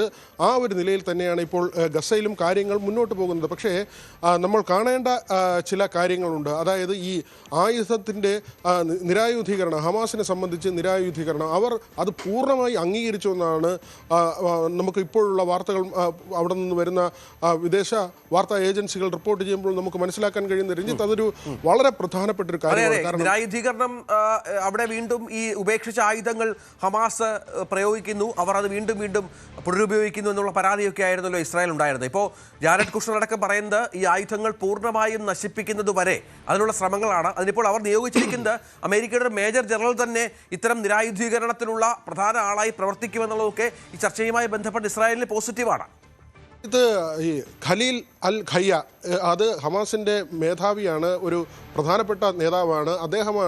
അദ്ദേഹത്തിൻ്റെ ഔദ്യോഗികമായ അറിയിപ്പാണ് ഏറ്റവും ഒടുവിലെത്തിയത്. അതായത് അമേരിക്ക മുന്നോട്ട് വയ്ക്കുന്ന കാര്യങ്ങളെല്ലാം അംഗീകരിച്ചുകൊണ്ട്, അതും ഒരു തന്ത്രപരമായ നീക്കം തന്നെയാണ്. കാരണം ഇറാനെ സാമ്പത്തികമായി ഞെരുക്കാനുള്ള നീക്കമാണ് നടക്കുന്നത്. ഈ ഇറാനിൽ നിന്ന്, പശ്ചിമേഷ്യയിൽ നിന്ന്, ഹോർമൂസിൽ നിന്ന് അമേരിക്കയെ പിൻവലിക്കുക, അല്ലെങ്കിൽ അമേരിക്ക പോകാൻ തയ്യാറായി നിൽക്കുമ്പോൾ അതിന് അനുഗുണമായ തരത്തിൽ കാര്യങ്ങൾ എടുക്കുക, അല്ലെങ്കിൽ അങ്ങനെ ഒരു നിലപാട് സ്വീകരിക്കുക എന്ന ഒരു ഹമാസിൻ്റെ തന്ത്രപരമായ നീക്കം കൂടി നമ്മളിതിൽ കാണണം. ഹമാസ് അതുകൊണ്ട് തന്നെ പരിപൂർണമായി ഈ കരാറിനെ അംഗീകരിച്ചുകൊണ്ടുള്ള നിലയിൽ പോകുമ്പോൾ ട്രംപ് മുന്നോട്ട് വെച്ച 15 നിർദ്ദേശങ്ങളുണ്ട്. അത് ആദ്യഘട്ടത്തിൽ തന്നെ ചർച്ചകളിലേക്ക് പോകുന്നതിന് മുൻപ് തന്നെ ഇസ്രായേൽ തള്ളുകയാണ് ഉണ്ടായത്. അവിടെയാണ് ഈ ചർച്ചകളുടെ ഇനിയുള്ള സാധ്യതകൾ, അത് എങ്ങനെ മുന്നോട്ട് പോകും. അവിടെ കുഷ്ണർ അടക്കമുള്ളവർ പ്രത്യാശ പ്രകടിപ്പിക്കുന്നത് 1 മാസത്തിനുള്ളിൽ ഇക്കാര്യത്തിൽ തീരുമാനമുണ്ടാകും, സമാധാനമുണ്ടാകും, ഇസ്രായേലിന് അവരുടെ നിലപാട് പറയാനുള്ള എല്ലാ അധികാരവുമുണ്ട് എന്ന് അമേരിക്ക പറയുമ്പോൾ അമേരിക്കയ്ക്ക് പോലും ആത്മവിശ്വാസമില്ല. ഇത് എപ്പോൾ പരിഹരിക്കപ്പെടും, അല്ലെങ്കിൽ ഇസ്രായേൽ തങ്ങളുടെ വഴിക്ക് വരുമോ എന്ന കാര്യത്തിൽ അമേരിക്കയ്ക്ക് പോലും യാതൊരുവിധ ഉറപ്പുമില്ല എന്നതാണ്. മാത്രമല്ല ഇസ്രായേലിനെ സംബന്ധിച്ച് അവരെ ചൊടിപ്പിക്കുന്ന നിരവധി കാര്യങ്ങളുണ്ട്. പലസ്തീന് സ്വതന്ത്ര രാഷ്ട്ര പദവി നൽകിയത്, പ്രത്യേകിച്ച് UK-യുമായി ഇപ്പോൾ ഇസ്രായേൽ ഇടയുന്നതിൻ്റെ പ്രധാനപ്പെട്ട കാര്യം അതാണ്. പലസ്തീന് അങ്ങനെ ഒരു പ്രത്യേക രാജ്യം എന്ന പദവി നൽകിയപ്പോൾ അതിനെ പിന്തുണയ്ക്കുകയായിരുന്നു UK. അതുകൊണ്ട് തന്നെയാണ് ഒരു മുസ്ലിം റിപ്പബ്ലിക് ഉണ്ടായാൽ, ഇസ്ലാം റിപ്പബ്ലിക് ഉണ്ടായാൽ അതിലെ ആദ്യത്തെ രാജ്യം UK ആയിരിക്കും എന്ന് തുറന്നടിച്ചുകൊണ്ട് നെതന്യാഹു രംഗത്ത് വന്നത്. അങ്ങനെ ഒരു വലിയ ആക്ഷേപമാണ് അത്. UK സംബന്ധിച്ച് അവർ വലിയ വൈകാരികമായാണ് അങ്ങനെ ഒരു പ്രസ്താവനയെ കണ്ടത്. തീർച്ചയായും ഇസ്രായേലുമായി ഇടയുന്ന നിലയിലേക്ക് അവർ പോകുന്നു. ഇസ്രായേലിൽ നിന്നുള്ള ഇറക്കുമതി, അതോടൊപ്പം തന്നെ ഇസ്രായേലിലേക്ക് സാധനങ്ങൾ കയറ്റിയേക്കുന്നത്, ഇതിനെല്ലാം നിരോധനം കൊണ്ടുവരണമെന്ന്, ഉപരോധം കൊണ്ടുവരണമെന്ന് UK-യിൽ വലിയ ശക്തമായ ആവശ്യം പോലും ഉയർന്നു വരുന്ന ഒരു നിലയുണ്ടായി. ആ തരത്തിൽ ഒരു ഘട്ടത്തിൽ യൂറോപ്യൻ യൂണിയൻ്റെ ഭാഗമായി ഇസ്രായേലിൻ്റെ നിലപാടുകളെ പിന്തുണച്ചിരുന്ന പ്രധാനപ്പെട്ട ഒരു രാജ്യം അവരുമായി ഇടയുന്ന ഒരു കാഴ്ച കൂടി നമ്മളിപ്പോൾ കാണുകയാണ്. ഗസയിലേക്ക് കാര്യങ്ങൾ ചുരുങ്ങുന്നു. ഇതിൻ്റെ അടിസ്ഥാന പ്രശ്നം, അതായത് ഒക്ടോബർ 17 ആക്രമണം, ഹമാസ് ആക്രമണം 2023 അവിടെ തുടങ്ങിയ ഒരു പ്രശ്നമാണ്. അതുമുതലാണ് ഈ ആക്രമണങ്ങളിലേക്ക് കടക്കുകയും ഇറാൻ യുദ്ധത്തിലേക്ക് വരെ കാര്യങ്ങളെ കൊണ്ടുചെന്ന് എത്തിച്ചത് ഈ ഒക്ടോബറിലെ ആക്രമണമാണ്. അതിനടിസ്ഥാനമായത് ഗസയിലെ പലസ്തീനിലെ വിഷയമാണ്. ആ വിഷയത്തിലേക്ക് തന്നെ വീണ്ടും തിരികെ കൊണ്ടുവന്ന് അവിടെ സമാധാനം കൈവരിക്കുക എന്ന ഒരു നീക്കത്തിലേക്ക് അമേരിക്ക പോകുന്നത്. തിരിച്ചു വരാം. മറ്റൊരു പ്രധാനപ്പെട്ട വാർത്തയുണ്ട്, അതും അമേരിക്കയുമായി ബന്ധപ്പെട്ടതാണ് വിനോദ്. അത് നമുക്കറിയാം ഒമാൻ എന്നുള്ളത് അമേരിക്കയുടെ സഖ്യകക്ഷിയാണ്, സംശയമില്ല. പക്ഷേ ഒമാൻ ഭരണകൂടം കഴിഞ്ഞ കുറേ ദിവസമായി ഇറാനുമായി ബന്ധപ്പെട്ട് ചില ചർച്ചകൾ നടത്തുന്നുണ്ട്. അത് ഹോർമുസ് കടലിടുക്കിൻ്റെ നിയന്ത്രണവുമായി ബന്ധപ്പെട്ടാണ്. ഇറാൻ പ്രഖ്യാപിക്കുന്നത് തങ്ങളും ഒമാനും ചേർന്ന് ഹോർമുസ് നിയന്ത്രിക്കുമെന്നും അതിനുള്ള വളരെ പ്രധാനപ്പെട്ട നിബന്ധനകൾ അതിന് രൂപം നൽകിക്കഴിഞ്ഞുവെന്നും അതിൻ്റെ കരാറുകൾ ഏതാണ്ട് അന്തിമ രൂപത്തിലാണ് എന്നും ഏതാനും ദിവസങ്ങൾക്കകം പ്രഖ്യാപിക്കുമെന്നുമാണ്. അതായത് ഹോർമുസ് കടലിടുക്ക് നിയന്ത്രണം പൂർണ്ണമായും ഒമാനും ഇറാനും, അതായത് ഹോർമുസിലേക്ക് കടക്കുന്ന കപ്പലുകളെ ഇറാൻ നിയന്ത്രിക്കും, തിരിച്ചു വരുന്ന പറയുന്ന കപ്പലുകളെ ഒമാൻ നിയന്ത്രിക്കും. പക്ഷേ ഇത്തരം ചർച്ചകൾ മുന്നോട്ട് കൊണ്ടുപോകുമ്പോൾ അമേരിക്കയുടെ ട്രംപിൻ്റെ പ്രശ്നമെന്ന് പറയുന്നത് ഇത് തങ്ങളുടെ ഇറാനുമായുള്ള ചർച്ചകൾക്ക് തടസ്സം നിൽക്കുന്ന ഒരു രാജ്യമായി ഒമാൻ മാറുന്നു എന്നുള്ളതാണ്. ഇത്തരം ചർച്ചകൾക്ക് തടസ്സം നിന്നാൽ ഒമാനെ ബോംബിട്ട് തകർക്കുമെന്നാണ് US പ്രസിഡന്റ് ഡൊണാൾഡ് ട്രംപിൻ്റെ പുതിയ ഭീഷണി. ഫോക്സ് ന്യൂസിൻ്റെ റിപ്പോർട്ട് അനുസരിച്ച് അശ്ലീല പദങ്ങൾ ഉപയോഗിച്ചാണ് ഈ ഭീഷണി ഫോണിൽ കൂടി ട്രംപ് നടത്തിയത് എന്നുള്ള പ്രധാനപ്പെട്ട ഒരു രാജ്യമാണ്. ഇതിൻ്റെ ഏറ്റവും വലിയ വിരുദ്ധാഭാസം എന്ന് പറയുന്നത് അത് പ്രധാനപ്പെട്ട ഒന്ന് ഈ ട്രംപ് പ്രത്യേകിച്ച് US-ൻ്റെ സഖ്യരാജ്യമാണ് ഒമാൻ എന്നുള്ളതാണ്. അവർക്ക് ബേസൊക്കെ ഉണ്ട് അവിടെ. ഹോർമുസ് കടലിടുക്ക് നിയന്ത്രണം ഏതാണ്ട് തങ്ങളുടെ പക്കൽ വേണമെന്നുള്ള നിർബന്ധം ട്രംപിനുണ്ട് എന്നുള്ളത് ഇതിൻ്റെ പ്രധാനപ്പെട്ട ഒന്നാണ്. ഇവിടെ ഇത്തരം ബോംബിട്ട് തകർക്കുമെന്നൊക്കെ പറയുമ്പോൾ നേരത്തെ പറഞ്ഞ പോലെ ആഗോളതലത്തിൽ എണ്ണവിലയിലൊക്കെ വലിയ വർധനവുണ്ടായ ഒരു പശ്ചാത്തലം കൂടിയുണ്ട്. ചെറിയ കാര്യമല്ലല്ലോ വിനോദ്, ഇത് തങ്ങളുടെ സഖ്യകക്ഷിയെ പോലും ആക്രമിക്കുമെന്ന് പറയുന്ന തരത്തിലേക്ക് ട്രംപിൻ്റെ പ്രവൃത്തി മാറുന്നത്. രഞ്ജിത്ത്, ഇതുവരെയുള്ള പശ്ചിമേഷ്യൻ യുദ്ധത്തിൻ്റെ ആകെ തുക പരിശോധിച്ചാൽ അമേരിക്കയ്ക്ക് അവഗണന എന്നത് തന്നെയാണ് നമുക്ക് ആകെ അതിൽ ഒരു ചിത്രമായി കാണാൻ കഴിയുന്നത്. കാരണം ഇസ്രായേൽ ഇപ്പോൾ അമേരിക്ക പറയുന്നത് കേൾക്കുന്നില്ല, അല്ലെങ്കിൽ അമേരിക്ക മുന്നോട്ട് വയ്ക്കുന്ന നിർദ്ദേശങ്ങൾ തള്ളിക്കളയുന്നു. അതേസമയം തന്നെയാണ് രഞ്ജിത്ത് പറഞ്ഞതുപോലെ ഇപ്പോൾ ഒമാൻ്റെ ഭാഗത്ത് നിന്ന് ഒമാനും ഇറാനും തമ്മിൽ ഒരു ഉഭയകക്ഷി ചർച്ച നടത്തുകയാണ്. അതായത് ഹോർമൂസ് പ്രധാനമായും വരുന്നത് രണ്ട് കരകളിലായി വരുന്നത് ഒമാൻ്റെയും ഇറാൻ്റെയും തീരങ്ങളാണ്. ആ തീരത്ത് ഇപ്പോൾ പരമ്പരാഗതമായ കപ്പലുകൾ സഞ്ചരിക്കുന്ന പാതയുണ്ട്. അതിന് ബദലായി ഒമാൻ തീരത്തോടു കൂടി ചേർന്ന് മറ്റൊരു പാത, അതിൻ്റെ ചർച്ചകളാണ് ഇപ്പോൾ പുരോഗമിക്കുന്നത്. ആ പാത ഇറാൻ അംഗീകരിക്കുന്നുണ്ട്. മലാക്കയിൽ ഉൾപ്പെടെ ഈ പണപ്പിരിവ് കപ്പലുകളിൽ നിന്ന് പണം വാങ്ങുന്നത് പോലെ അതൊരു സംഭാവന എന്ന നിലയ്ക്കാണ് മലാക്ക കടൽ ഇടുക്കിലൊക്കെ ഈ പണം വാങ്ങുന്നത്, നിർബന്ധിത പിരിവല്ല. ആ തരത്തിൽ തരാൻ കഴിയുന്ന കപ്പലുകൾ തരട്ടെ, അത് രാജ്യങ്ങളുടെ പുനർനിർമ്മാണത്തിന് ഉപയോഗിക്കാം എന്ന വ്യവസ്ഥയിലേക്ക് പോകുന്നു. അവിടെ അമേരിക്കയുടെ ആവശ്യം പോലുമില്ല. ഇങ്ങനെ ഒരു കടലിടുക്കിൽ ഒരു പാത തുറക്കുന്നതുമായി ബന്ധപ്പെട്ട് ഒമാനോ ഇറാനോ അമേരിക്കയുമായി ചർച്ച ചെയ്യേണ്ട ആവശ്യം പോലുമില്ല എന്ന നിലയിലേക്ക് ഈ രാജ്യങ്ങൾ എത്തുന്നു. നമ്മളിവിടെ കാണേണ്ട കാര്യം രഞ്ജിത്ത്, ഒരു രാജ്യം സഖ്യരാജ്യമാണ്. ഒമാൻ തീരത്താണ് ഈ ഏറ്റവും കൂടുതൽ പ്രശ്നമുണ്ടായത്. നമ്മൾ അടുത്ത വാർത്ത അതാണ് നമ്മൾ എടുക്കുന്നത്. ഇബ്രാഹിം ലിങ്കൺ പോലുള്ള ഒരു കപ്പൽ ആകെ ഈ കഴിഞ്ഞ 9 മാസത്തിനിടയിൽ അടുത്തത് ഒമാൻ തീരത്ത് മാത്രമാണ് ഒരു തവണ അടുത്തത്. അങ്ങനെ സൈനിക കേന്ദ്രങ്ങളുള്ള അമേരിക്കയുടെ പടക്കപ്പലുകൾ അടുക്കുന്ന ഭക്ഷ്യവസ്തുക്കൾ അവർക്ക് നൽകുന്ന ഒരു രാജ്യമാണ് ഒമാൻ. ഒമാൻ പോലും അമേരിക്കയെ തള്ളിക്കളഞ്ഞുകൊണ്ട് ഇറാനുമായി ഒരു സഖ്യത്തിലേക്ക് പോവുകയാണ്. ഇസ്രായേൽ ആകട്ടെ അമേരിക്ക മുന്നോട്ട് വയ്ക്കുന്ന യാതൊരുവിധ നിർദ്ദേശവും അംഗീകരിക്കുന്ന നിലയിലല്ല പോകുന്നത്. അതായത് പരമപുച്ഛം മാത്രമാണ് ഈ രാജ്യങ്ങൾക്കിപ്പോൾ അമേരിക്കയോട് എന്ന തരത്തിലാണ് ചിത്രം തെളിയുന്നത്. അമേരിക്കയിൽ വലിയ പ്രതിഷേധവും ട്രംപിനെതിരെ വരുന്നുണ്ട്. ഇതിനോടൊപ്പം കൂട്ടി വായിക്കേണ്ട ഒരു കാര്യമാണ് രഞ്ജിത്ത്, റോയിട്ടേഴ്സ് നടത്തിയ സർവേ, അതിൽ 33% ട്രംപിൻ്റെ ജനപിന്തുണ ഇടിഞ്ഞിരിക്കുന്നു. ഈ മാസം ആദ്യം ഒരു സർവേ നടത്തിയപ്പോൾ അത് 35%. പശ്ചിമേഷ്യൻ യുദ്ധം അടക്കമുള്ള കാര്യങ്ങളിൽ വൈറ്റ് ഹൗസിൻ്റെ നടപടികളെ 64% ആളുകൾ എതിർക്കുകയാണ്. അവിടെയാണ് നവംബറിൽ ഈ ട്രംപ് സർക്കാരിൻ്റെ ഇടക്കാല ജനഹിതം പരിശോധന, അങ്ങനെ ഒരു ഹിതപരിശോധന വരികയാണ്. അവിടെ ട്രംപിന് മറ്റ് ബുദ്ധിമുട്ടുണ്ടാകില്ലെങ്കിലും ഈ സർക്കാരിൻ്റെ പ്രവർത്തനം മോശമാണ് എന്നൊരു പ്രതീതി ഉണ്ടാകുന്നത് വരും തിരഞ്ഞെടുപ്പുകളിൽ റിപ്പബ്ലിക്കൻ പാർട്ടിയെ തന്നെ പ്രതിരോധത്തിലാക്കുന്നതാണ്, ട്രംപിനെ പ്രതിരോധത്തിലാക്കുന്ന ഒരു കാര്യമാകും. അതുകൊണ്ട് തന്നെയാണ് എത്രയും വേഗം ഈ യുദ്ധം അവസാനിപ്പിച്ച് പോകാൻ ട്രംപ് ആഗ്രഹിക്കുന്നത്. മാത്രമല്ല, ഇപ്പോൾ ട്രംപ് പ്രകോപിതനാകുന്നത് എങ്ങനെയെങ്കിലും ഹോർമൂസിൽ ഒരു സമാധാനം കൊണ്ടുവരാൻ താൻ ശ്രമിക്കുമ്പോൾ തന്നെ മറികടന്ന് ഇറാനും ഒമാനുമായി മറ്റൊരു കരാർ ഒപ്പിടാൻ പോകുന്നു. അവർ ഹോർമൂസിൽ അധികാരം പങ്കുവയ്ക്കുന്നു, അത് തുറക്കാനുള്ള നിലയിലേക്ക് പോകുന്നു. ഒരു റോളുമില്ലാതെ പുറത്ത് കാഴ്ചക്കാരനായി നിൽക്കേണ്ടി വരുന്ന ട്രംപിൻ്റെ അവസ്ഥ. അവിടെയാണ് ഫോക്സ് ന്യൂസിന് കൊടുത്ത ഇൻ്റർവ്യൂവിൽ ഈ അശ്ലീല പദപ്രയോഗമൊക്കെ ട്രംപ് നിയന്ത്രണം വിട്ട് പറയുന്നത്. നേരത്തെയും ട്രംപ് ഇങ്ങനെ അസഭ്യം പറഞ്ഞിട്ടുണ്ട്, ഇറാനിലെ നേതാക്കളെ പറഞ്ഞിട്ടുണ്ട്, ആ രാഷ്ട്രത്തെ അസഭ്യം പറഞ്ഞിട്ടുണ്ട്, പച്ചത്തെറി വിളിച്ചുകൊണ്ട് ട്രംപ് രംഗത്ത് വരുന്നത് കണ്ടു. നമ്മൾ ട്രൂത്ത് സോഷ്യലിലൊക്കെ കണ്ടതാണ് ഹോർമൂസിനെ കുറിച്ചൊക്കെ ട്രംപ് നടത്തിയ പരാമർശങ്ങൾ. അങ്ങനെ നിലവിട്ട് പോകുന്ന നിലയിലേക്ക് ട്രംപ് എത്തുന്നു. ഒരു രാജ്യവും ട്രംപിന് വില കൽപ്പിക്കുന്നില്ല എന്നതാണ് ഇപ്പോഴത്തെ ആകത്തുക. രഞ്ജിത്ത്, തീർച്ചയായും അതാണ് സാഹചര്യം. നേരത്തെ വിനോദ് പറഞ്ഞു തുടങ്ങിയ ഒരു സംഗതി കൂടിയുണ്ട്. അതായത് USS എബ്രഹാം ലിങ്കണിലെ പട്ടാളക്കാരുടെ നാവികരുടെ മോശം അവസ്ഥയെക്കുറിച്ച് പുറത്തു വന്ന വാർത്തകൾ അമേരിക്കയെ ചില്ലറ ഒന്നുമല്ല പ്രശ്നത്തിലാക്കിയത്. വല്ലാത്ത നാണം കെട്ടൊരു സാഹചര്യത്തിലേക്ക് അവർ പോയിരുന്നു. അമേരിക്കയുടെ വിദേശകാര്യ സെക്രട്ടറിയും ട്രംപുമൊക്കെ ഈ വാർത്തകൾ നിഷേധിച്ചുവെങ്കിൽ പോലും ഈ നാവികരുടെ കുടുംബാംഗങ്ങൾ ഇതുമായി ബന്ധപ്പെട്ട് പലതരത്തിലുള്ള ആശങ്കകളും പങ്കുവച്ചിരുന്നു. ഇപ്പോൾ പുറത്തു വരുന്ന മറ്റൊരു അമേരിക്കയെ നാണം കെടുത്തുന്ന വാർത്ത എന്താണ് എന്ന് വെച്ച് കഴിഞ്ഞാൽ USS ജോർജ് വാഷിങ്ടൺ എന്ന നേരത്തെയുള്ള കപ്പൽ നമുക്കറിയാം USS എബ്രഹാം ലിങ്കന് പുറമെ USS George Washington, USS George HW Bush, USS boxer തുടങ്ങിയ മറ്റ് അമേരിക്കൻ കപ്പലുകൾ ഇവരൊക്കെ വലിയ വലിയ സന്നാഹങ്ങളുമായി വിവിധ കടലുകളിൽ പുറംകടലുകളിൽ സേവനമനുഷ്ഠിക്കുന്നവരാണ്. ആ കപ്പലുകളിലെ നാവികരും അടിസ്ഥാന സൗകര്യങ്ങളുടെ കുറവിനെക്കുറിച്ചും ശൗചാലയങ്ങളുടെ ശോച്യാവസ്ഥയെക്കുറിച്ചുമൊക്കെ പരാതിയുമായി രംഗത്തെത്തിയിരിക്കുന്നു എന്നുള്ളതാണ്. US നാവികസേനയ്ക്കുള്ളിൽ എന്താണ് സംഭവിക്കുന്നത് എന്നുള്ളതാണ് ലോകരാജ്യങ്ങൾ അത്ഭുതം കൂറുന്നത്. നീണ്ടകാലത്തെ വിന്യാസം മൂലം വല്ലാത്ത മാനസമ്മർദ്ദത്തെ തുടർന്നാണ് ഈ എബ്രഹാം ലിങ്കണിലെ 7 നാവികരെങ്കിലും കപ്പലിൽ നിന്ന് ചാടി ആത്മഹത്യ ചെയ്യാൻ ശ്രമിച്ചു എന്ന വാർത്തകൾ പുറത്തുവരുന്ന തൊട്ടു പിന്നാലെയാണ് ഇപ്പോൾ കൂടുതൽ കപ്പലുകളിൽ ട്രംപിന്റെ ശ്രദ്ധ എവിടെയാണ്? തങ്ങളുടെ നാവികരുമായി ബന്ധപ്പെട്ട് യുദ്ധം മാത്രമാണോ അദ്ദേഹം ശ്രദ്ധിക്കുന്നത് എന്നുള്ള ചോദ്യങ്ങളൊക്കെയാണ് പലപ്പോഴും ഉയർന്നു വരുന്നത്. വിനോദ് വിവരങ്ങളുമായുണ്ട്. വിനോദ്, ചെറിയ കാര്യമല്ലല്ലോ. അമേരിക്കയെ സംബന്ധിച്ചിടത്തോളം ലോകത്തെ ഏറ്റവും സമ്പന്ന രാജ്യമാണ്. അവരുടെ സേന വളരെ വലുതാണ്. അവർ ഒരുപാട് സൗകര്യങ്ങൾ കൊടുക്കുന്നുവെന്നാണ് പുറത്ത് ഉള്ള വാർത്തകൾ. പക്ഷേ ഇപ്പോൾ നാവികരെ ശ്രദ്ധിക്കാത്ത, തങ്ങളുടെ പടയാളികളെ ശ്രദ്ധിക്കാത്ത ഒരു ഭരണകൂടമായി ട്രംപ് ഭരണകൂടം മാറുകയാണോ? രഞ്ജിത്ത്, തീർച്ചയായും ഈ പടക്കപ്പലുകളുടെ അവസ്ഥ അത് പരിപൂർണമായി അമേരിക്കയെ വലിയ പ്രതിസന്ധിയിലേക്ക് കൊണ്ടുപോകുന്നുണ്ട്. ട്രംപിൻ്റെ ഇപ്പോഴത്തെ നിലപാടുകളെല്ലാം തന്നെ ചോദ്യം ചെയ്യുന്ന നിലയിലേക്ക് സൈനികരുടെ കുടുംബങ്ങൾ എത്തുന്നുണ്ട്. അങ്ങനെ ഈ നേരത്തെ പറഞ്ഞതുപോലെ ഇസ്രായേലിൻ്റെ ഒരു വശത്തുള്ള ആക്ഷേപം, ഇറാനും ഒമാനുമായി കരാറുണ്ടാക്കി അവർ ട്രംപിനെ അവഗണിക്കുന്നു. അതിന് പുറമെയാണ് ഈ പാളയത്തിൽ പട എന്ന നിലയിലേക്ക് സൈനികരുടെ ഭാഗത്ത് നിന്ന് ഉയർന്നു വരുന്ന കടുത്ത അതൃപ്തി. ഇപ്പോൾ നമുക്ക് പരിശോധിക്കാം. എബ്രഹാം ലിങ്കൺ 9 മാസമായി കടലിലുണ്ട്. സൈനികർ പരസ്പരം ആക്രമിക്കുന്നു, കടലിൽ ചാടി ജീവനെടുക്കാൻ ശ്രമിക്കുന്നു.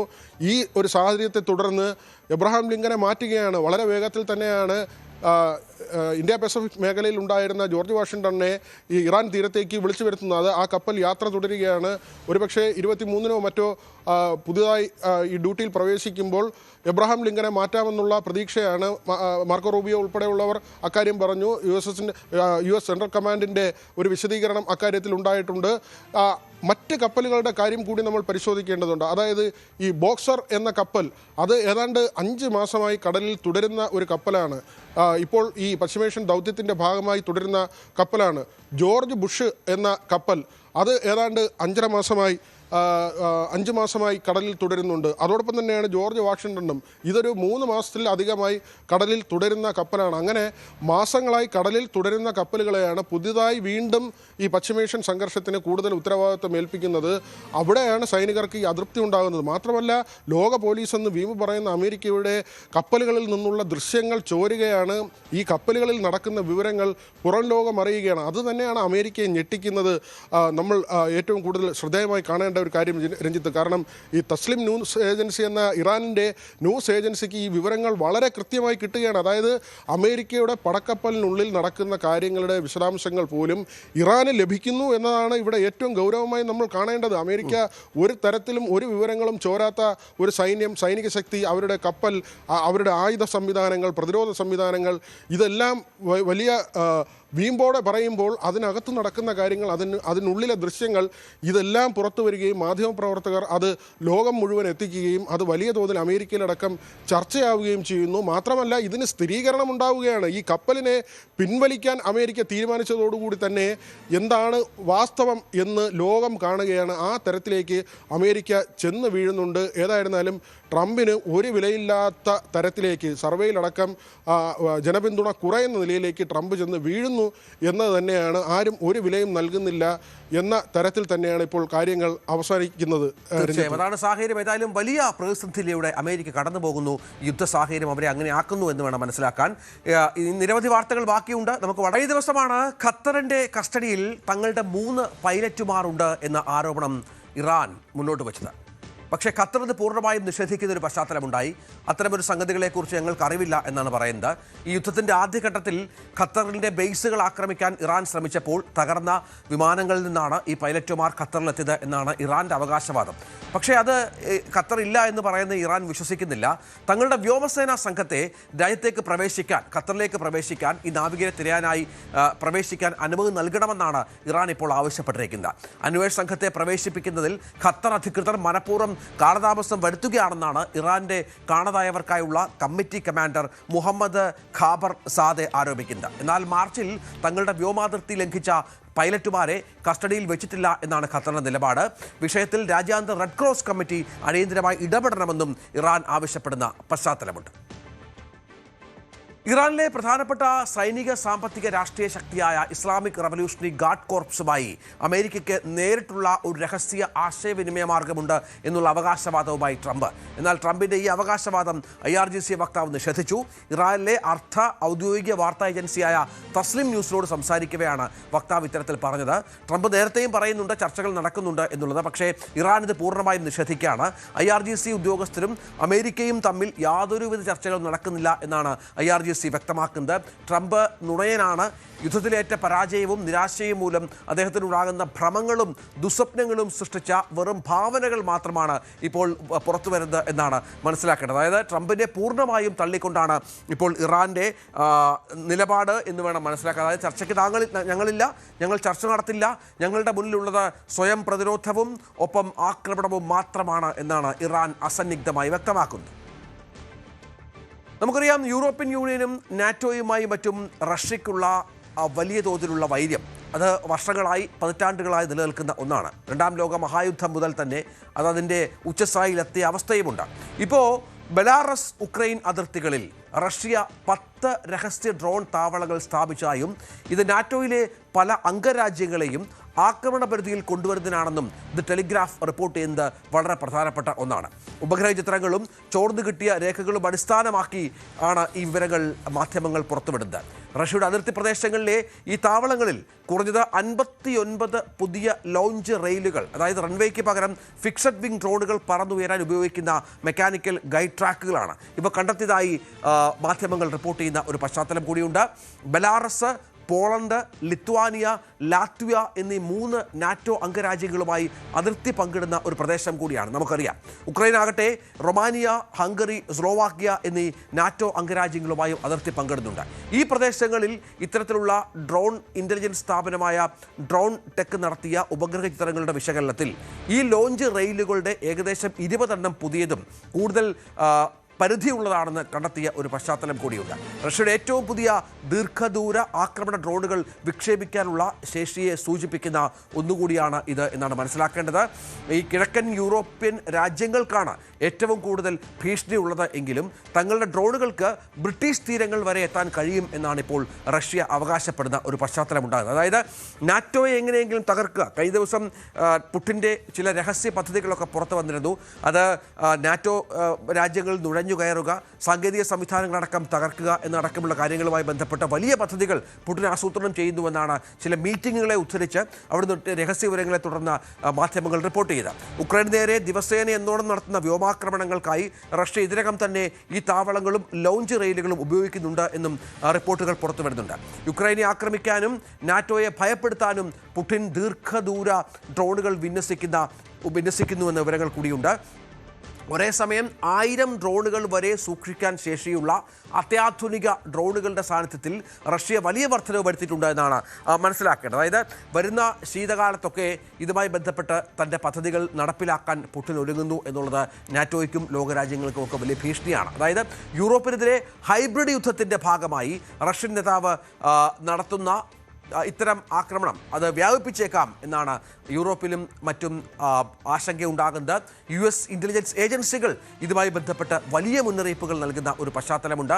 ഈ ശരത്കാലം മുതൽ 2029 വരെയുള്ള കാലയളവിൽ എപ്പോൾ വേണമെങ്കിലും കിഴക്കൻ യൂറോപ്പിൽ കരയുദ്ധമോ സൈബർ ആക്രമണങ്ങളോ നടത്തി പുടിൻ തൻ്റെ ഹൈബ്രിഡ് യുദ്ധം ശക്തമാക്കിയേക്കാമെന്നാണ് US ഇൻ്റലിജൻസ് ഏജൻസികളെ ഉദ്ധരിച്ചുകൊണ്ട് മാധ്യമങ്ങൾ റിപ്പോർട്ട് ചെയ്യുന്നത്. നിർണായകമായി ഈ അടിസ്ഥാന സൗകര്യങ്ങൾക്കെതിരായ മിസൈൽ അല്ലെങ്കിൽ ഡ്രോൺ ആക്രമണങ്ങൾ, ഉക്രൈനെ കുറ്റപ്പെടുത്താൻ ഉദ്ദേശിച്ചുള്ള വ്യാജ പതാക ആക്രമണങ്ങൾ ഉൾപ്പെടെ പോളണ്ടിനെതിരെ സായുധ പ്രകോപനങ്ങളൊക്കെ റഷ്യ പരിഗണിക്കുന്നുണ്ട് എന്നാണ് മനസ്സിലാക്കേണ്ടത്. US യൂറോപ്യൻ ഏജൻസികൾ നടത്തിയ മറ്റൊരു ഇൻ്റലിജൻസ് വിലയിരുത്തലിനെ തുടർന്നാണ് റിപ്പോർട്ട് ഇപ്പോൾ പുറത്തു വന്നിരിക്കുന്നത്. ഏതായാലും റഷ്യ കൂടുതൽ ഡ്രോണുകൾ വിക്ഷേപിക്കാനുള്ള കഴിവ് വികസിപ്പിച്ചെടുത്തിട്ടുണ്ട് എന്ന കാര്യത്തിൽ യാതൊരു സംശയവുമില്ല. അവയെ തടസ്സപ്പെടുത്താൻ, കൂടുതൽ ബുദ്ധിമുട്ടാക്കാൻ സാങ്കേതികവിദ്യ എങ്ങനെ ഉപയോഗിച്ചുവെന്നും വളരെ പ്രധാനപ്പെട്ട ചില വിശകലനങ്ങളും ഇപ്പോൾ പുറത്തുവിടുന്നു. അതായത് ആളില്ലാ ഡ്രോണുകളുടെ എണ്ണത്തിൽ വലിയ വർധനവ് റഷ്യയുടെ ഭാഗത്തു നിന്ന് ഉണ്ടാകുന്നുണ്ട്. അത്തരം ഡ്രോണുകളാണ് ഇപ്പോൾ കൂടുതലായി റഷ്യ വികസിപ്പിച്ചെടുക്കുന്നത് എന്നാണ് അന്താരാഷ്ട്ര മാധ്യമങ്ങൾക്ക് ലഭിച്ചിരിക്കുന്ന വിവരം. നേരത്തെ പറഞ്ഞതുപോലെ ഉപഗ്രഹ ചിത്രങ്ങളും ചില രഹസ്യ യോഗങ്ങളെയും ഒക്കെ ഉദ്ധരിച്ചാണ് ഇത്തരം വിവരങ്ങൾ ചോർന്നു കിട്ടുന്നത് എന്നുള്ളത് കൂടി ഇതിനോട് ചേർത്ത് വെക്കണം. റഷ്യയും നാറ്റോയും അതനുസരിച്ചുള്ള കരുതൽ നടപടികൾ ആരംഭിച്ചിട്ടുണ്ട് എന്നാണ് മനസ്സിലാക്കേണ്ടത്. ഇന്ത്യയിലെ തെരഞ്ഞെടുപ്പ് മാതൃകയെ പ്രശംസ കൊണ്ട് മൂടുകയാണ് അമേരിക്കൻ പ്രസിഡന്റ് ഡൊണാൾഡ് ട്രംപ്. അമേരിക്കയിലെ വോട്ടർ തിരിച്ചറിയൽ രേഖകളുമായി ബന്ധപ്പെട്ട നിബന്ധനകൾ കർശനമാക്കാനുള്ള ശ്രമങ്ങൾ ട്രംപ് ആരംഭിച്ചു എന്നുള്ള വാർത്തകൾ പുറത്തു വന്നിരുന്നു. ഇതിനിടയിലാണ് തെരഞ്ഞെടുപ്പ് സുരക്ഷയുടെ മികച്ച മാതൃകയായി ഇന്ത്യയുടെ തെരഞ്ഞെടുപ്പ് സംവിധാനത്തെ US പ്രസിഡന്റ് ട്രംപ് ചൂണ്ടിക്കാണിക്കുന്നത്. ഇന്ത്യയുടെ മുഖ്യ തെരഞ്ഞെടുപ്പ് കമ്മീഷണർ ജ്ഞാനേഷ് കുമാറുമായി അടുത്തിടെ നടത്തിയ സംഭാഷണം പരാമർശിച്ചുകൊണ്ടാണ് ഇദ്ദേഹം ഇക്കാര്യം വ്യക്തമാക്കുകയും മറ്റും ചെയ്തത്. ഇന്ത്യയിലെ തെരഞ്ഞെടുപ്പ് രീതിയെയും വോട്ടർമാർക്കുള്ള ഫോട്ടോ പതിച്ച തിരിച്ചറിയൽ കാർഡുകളെയും പ്രസിഡന്റ് പ്രശംസിക്കുകയാണ്. കർശനമായ പൗരത്വ തെളിവുകളും തിരിച്ചറിയൽ കാർഡുകളും നിർബന്ധമാക്കുന്ന സേവ് അമേരിക്ക ആക്ട് എത്രയും വേഗം ഇതിനനുസരണമായി പാസ്സാക്കണമെന്നാണ് ട്രംപും വൈറ്റ് ഹൗസിലെ മറ്റ് ഉദ്യോഗസ്ഥരും ട്രംപുമായി ചേർന്ന് നിൽക്കുന്നവരും പ്രധാനപ്പെട്ട രീതിയായി മുന്നോട്ട് പോകുന്നത്. സെൽഫ് ഐഡൻറ്റിഫിക്കേഷനാണ് അമേരിക്കയിലെ തെരഞ്ഞെടുപ്പിൻ്റെ ഒരു മാനദണ്ഡം എന്നുള്ളത് കൂടി ഇതിനോട് ചേർത്ത് വെക്കണം. അവിടെ പ്രത്യേക രേഖകളോ ഒന്നും കൃത്യമായി ഉപയോഗിക്കാറില്ല എന്നുള്ളത് ആ തെരഞ്ഞെടുപ്പിൻ്റെ വിശ്വാസത്തെ സംബന്ധിച്ചിടത്തോളം പലപ്പോഴും ചോദ്യങ്ങൾ ഉയർത്തിയിട്ടുള്ള ഒന്നാണ്. തൻ്റെ സോഷ്യൽ മീഡിയ പ്ലാറ്റ്ഫോമായ ട്രൂത്ത് സോഷ്യലിലൂടെയാണ് ട്രംപ് ഈ അഭിപ്രായം പങ്കുവെക്കുന്നത്. അതുമാത്രമല്ല, ഇന്ത്യയുടെ മുഖ്യ തെരഞ്ഞെടുപ്പ് കമ്മീഷണറായ ജ്ഞാനേഷ് കുമാർ അമേരിക്കൻ ഭരണകൂടത്തോട് ഉന്നയിച്ച ഒരു ചോദ്യവും ട്രംപ് ഈ സമൂഹ മാധ്യമ കുറിപ്പിൽ രേഖപ്പെടുത്തിയിട്ടുണ്ട്. സാധുവായ ഒരു ഫോട്ടോ ID പോലും ഇല്ലാതെ അമേരിക്കയിൽ എങ്ങനെയാണ് തെരഞ്ഞെടുപ്പ് നടത്താൻ സാധിക്കുന്നത് എന്നാണ് ജ്ഞാനേഷ് കുമാറിൻ്റെ ചോദ്യം. അതാണ് ട്രംപ് തൻ്റെ പോസ്റ്റിൽ എടുത്ത് സൂചിപ്പിച്ചിരിക്കുന്നത്. ഇന്ത്യൻ തെരഞ്ഞെടുപ്പിൽ ഈ കഴിഞ്ഞ തവണ നടന്ന നമ്മുടെ പൊതു തെരഞ്ഞെടുപ്പിൽ ഏതാണ്ട് 64.6 കോടിയോളം വോട്ടർമാർ പങ്കെടുത്ത കാര്യം ട്രംപ് ചൂണ്ടിക്കാണിക്കുകയാണ്. അതായത് ലോകത്തിലെ ഏറ്റവും വലിയ ഒരു തെരഞ്ഞെടുപ്പ് സംവിധാനമായി നമ്മുടേത് മാറിയിട്ടുണ്ട്. അപ്പോഴും സുതാര്യമായ വലിയ പരാതികൾ ഉയരാത്ത ഒരു സംവിധാനമായി ഇത് മാറിയിട്ടുണ്ട് എന്നാണ് ട്രംപിൻ്റെ അനുമാനം. അതിൽ 1% താഴെ ആളുകൾ മാത്രമാണ് തപാൽ വോട്ടുകൾ രേഖപ്പെടുത്തുന്നത്. ബാക്കിയുള്ളവരെല്ലാം നേരിട്ട് പോളിംഗ് ബൂത്തുകളിലെത്തി തങ്ങളുടെ സമ്മതിദാനാവകാശം വിനിയോഗിക്കുന്നതാണ്. അത്ര വലിയൊരു തെരഞ്ഞെടുപ്പ് പ്രക്രിയയാണ് ഇന്ത്യയിൽ നടക്കുന്നത്. അവിടെ തിരിച്ചറിയൽ രേഖ അടക്കം വളരെ പ്രധാനപ്പെട്ട ഒന്നാണ്. അതുകൊണ്ട് തന്നെ അമേരിക്കയും സമാനമായ മാതൃക പിന്തുടരണം എന്ന നിലപാടിൽ ഉറച്ചു നിൽക്കുന്ന നേതാവ് കൂടിയായി ട്രംപ് മാറുകയാണ്. US ഫെഡറൽ തെരഞ്ഞെടുപ്പുകളിലും നിർബന്ധിത ഫോട്ടോ തിരിച്ചറിയൽ രേഖകൾ ആവശ്യമില്ല എന്നുള്ളത് പ്രധാനപ്പെട്ട ഒന്നാണ്. അത് US ഭരണകൂടമായുള്ള സംഭാഷണത്തിനിടയിൽ ജ്ഞാനേഷ് കുമാർ നടത്തിയ പരാമർശങ്ങൾ ഇതുമായി ബന്ധപ്പെട്ട് അദ്ദേഹം ചേർത്ത് വെക്കുകയാണ്. എങ്ങനെയാണ് നിങ്ങളൊരു രേഖയില്ലാതെ ഒരു പൗരനെ തിരിച്ചറിയുക, പ്രത്യേകിച്ചും തെരഞ്ഞെടുപ്പ് ബൂത്തിൽ എങ്കിലും എന്നാണ് അദ്ദേഹം ചൂണ്ടിക്കാണിക്കുന്നത്. സാധുവായ ഒരു രേഖയില്ലാതെ നിങ്ങൾ എങ്ങനെയാണ് അമേരിക്കയിൽ തെരഞ്ഞെടുപ്പ് നടത്താൻ കഴിയുന്നത് എന്നാണ് ഏറ്റവും പ്രധാനപ്പെട്ട ഒന്നാണ്. അവിടെയാണ് സേവ് അമേരിക്കൻ ആക്ട് പാസ്സാക്കാനുള്ള ശ്രമം കുറച്ചുകൂടി ട്രംപ് ഊർജിതമാക്കുന്നത് എന്നാണ് മനസ്സിലാക്കേണ്ടത്. നിബന്ധനകൾ ഏർപ്പെടുത്താൻ ലക്ഷ്യമിട്ടുള്ള safe guard American voter eligibility, അതാണ് സേവ് അമേരിക്ക ആക്ട്, അത് പാസ്സാക്കണമെന്നാണ് കോൺഗ്രസിനോട് ട്രംപ് വീണ്ടും ശക്തമായി ആവശ്യപ്പെടുന്നത്. ഇത് പ്രാബല്യത്തിൽ വന്നാൽ ഫെഡറൽ തെരഞ്ഞെടുപ്പുകളിൽ വോട്ട് ചെയ്യുന്നതിനായി രജിസ്റ്റർ ചെയ്യുന്നവർ US പൗരത്വം തെളിയിക്കുന്നതിനുള്ള രേഖകളും സർക്കാർ നൽകിയ സാധുവായ ഫോട്ടോ പതിച്ച രേഖകളും ഹാജരാക്കേണ്ടി വരും എന്നുള്ളതാണ് മാറ്റം സംഭവിക്കുക. അമേരിക്കൻ തെരഞ്ഞെടുപ്പുകളിൽ തീരുമാനമെടുക്കേണ്ടത് അമേരിക്കൻ പൗരന്മാരാണ്, അമേരിക്കൻ പൗരന്മാർ മാത്രം എന്നാണ് ട്രംപ് വാദിക്കുന്നത്. ഇത് യുക്തിസഹമായ നടപടിയാണെന്ന് വൈറ്റ് ഹൗസ് ഇതിനെ വിശേഷിപ്പിച്ചുകൊണ്ട് രംഗത്ത് വന്നിട്ടുണ്ട്. ഇന്ത്യ, ബ്രസീൽ തുടങ്ങിയ രാജ്യങ്ങളിലെ തെരഞ്ഞെടുപ്പ് രീതികളുമായി US സംവിധാനത്തെ താരതമ്യം ചെയ്താണ് ഈ ഒരു വിശകലനത്തിലെ കാര്യങ്ങൾ എത്തുന്നത്. ഇന്ത്യയും ബ്രസീലും വോട്ടർ ID ബയോമെട്രിക് ഡേറ്റാബേസുമായി ബന്ധിപ്പിക്കുമ്പോൾ പൗരത്വം തെളിയിക്കുന്നതിന് US പ്രധാനമായും തിരഞ്ഞെടുത്തിരിക്കുന്നത് സ്വയം സാക്ഷ്യപ്പെടുത്തലാണ്. അതിപ്പോൾ ആർക്കും US താമസിക്കുന്ന ആർക്കും വോട്ട് ചെയ്യാം എന്ന അവസ്ഥയിലേക്കാണ്. മറ്റ് രാജ്യങ്ങളിൽ നിന്ന് വന്ന് കുടിയേറി വന്നവരും അനധികൃത കുടിയേറ്റക്കാർക്കുമൊക്കെ വോട്ട് ചെയ്യാൻ പറ്റുന്ന ഒരു സംവിധാനമായി മാറിയിരിക്കുന്നത് അമേരിക്കൻ തെരഞ്ഞെടുപ്പിൻ്റെ വിശ്വാസ്യതയെ വല്ലാതെ കുറച്ചിട്ടുണ്ട് എന്നാണ് ട്രംപിൻ്റെ വിലയിരുത്തൽ. ഇന്ത്യയിലെ വിപുലമായ തെരഞ്ഞെടുപ്പ് സംവിധാനത്തിൽ ഏകദേശം ഈ 62 ലക്ഷത്തോളം ആളുകൾ വോട്ട് ചെയ്യുമ്പോൾ അവരൊക്കെ സാധുവായ രേഖകൾ ഹാജരാക്കി മാത്രമാണ് ഈ വോട്ടർ പ്രക്രിയയിൽ പങ്കെടുക്കുന്നത് എന്നുള്ളതാണ് ഏറ്റവും പ്രധാന ഒരു കാര്യമായി ചൂണ്ടിക്കാണിക്കുക. അതുകൊണ്ട് അതുകൊണ്ട് തന്നെ ഇന്ത്യയിലെ തെരഞ്ഞെടുപ്പ് രീതിയെ സംബന്ധിച്ചിടത്തോളം ട്രംപ് മാതൃകാപരമായ ഒന്നാണ് എന്ന് ചൂണ്ടിക്കാണിക്കുന്ന ഒരു പശ്ചാത്തലമുണ്ട്. പൗരന്മാരല്ലാത്തവരെ ഫെഡറൽ വോട്ടർ പട്ടികയിൽ നിന്ന് കണ്ടെത്തി നീക്കം ചെയ്യാനുള്ള നടപടികൾ സ്വീകരിക്കാൻ സംസ്ഥാനങ്ങളോട് ആവശ്യപ്പെടുന്ന വ്യവസ്ഥ കൂടി ഈ പുതിയ ബില്ലിൽ ട്രംപ് മുന്നോട്ട് വെച്ചിട്ടുണ്ട് എന്നുള്ളതാണ് ഏറ്റവും പ്രധാനപ്പെട്ട വിവരം. ലോകത്തിലെ ഏറ്റവും അധികം വോട്ടർമാരുള്ള നമ്മുടെ രാജ്യത്തെക്കുറിച്ച് ഒരു അമേരിക്കൻ പ്രസിഡന്റ് ഇത്ര മാതൃകാപരമായി സംസാരിക്കുക എന്നുള്ളത് നമുക്ക് അഭിമാനമാണ്, സംശയമില്ല. ഇന്ത്യയിൽ നമുക്കറിയാം പ്രതിപക്ഷ പാർട്ടികളൊക്കെ വലിയ വിമർശനം തെരഞ്ഞെടുപ്പുമായി ബന്ധപ്പെട്ട് ഉയർത്തുന്നുണ്ട് എങ്കിൽ പോലും ഇപ്പോഴത്തെ രീതിയെ സംബന്ധിച്ചിടത്തോളം അത് കുറച്ചുകൂടി ജനാധിപത്യപരമാണ്, അതുമാത്രമല്ല വിശ്വാസയോഗ്യമാണ് എന്ന് ട്രംപ് വാദിക്കുന്നു. UAE-യുടെ സ്വപ്ന പദ്ധതിയായ ഇത്തിഹാദ് റെയിൽ യാത്രക്കാരുടെ യാത്ര കൂടുതൽ വേഗമേറിയതും സുഗമമാക്കാനുള്ള ശ്രമത്തിലാണ്. ട്രെയിൻ യാത്രയിൽ കരുതേണ്ടതും കരുതേണ്ടാത്തതുമായ വസ്തുക്കളുടെ ഒരു പട്ടികയാണ് ഇപ്പോൾ ഇത്തിഹാദ് അധികൃതർ പുറത്തുവിട്ടിരിക്കുന്നത്. നമുക്കറിയാം ഗതാഗത കുരുക്കിനെയൊക്കെ പെടാതെ ആയാസരഹിതമായി യാത്ര ചെയ്യാനും ഇത്തിഹാദ് റെയിലിനെ ആശ്രയിച്ച് തുടങ്ങുന്ന പശ്ചാത്തലത്തിലാണ് യാത്രക്കാരുടെ സുരക്ഷ മുൻനിർത്തി നിയന്ത്രണങ്ങൾ ഏർപ്പെടുത്തിയിരിക്കുന്നത്. വിനോദത്തിനും ജോലി ആവശ്യങ്ങൾക്കുമായി യാത്ര ചെയ്യുന്ന 10,000-കണക്കിന് ആളുകളുടെ സുരക്ഷിതത്വം കണക്കിലെടുത്താണ് ഇത്തരം നിയന്ത്രണങ്ങൾ ഏർപ്പെടുത്തിയിരിക്കുന്നത് എന്ന് അധികൃതർ അറിയിച്ചിട്ടുണ്ട്. ഈ നിയന്ത്രണങ്ങൾ പാലിക്കണം കർശനമായും, അത്തരം സാധനങ്ങൾ ഒഴിവാക്കണമെന്നുമാണ് ഇപ്പോൾ മുന്നറിയിപ്പ് നൽകുന്നത്.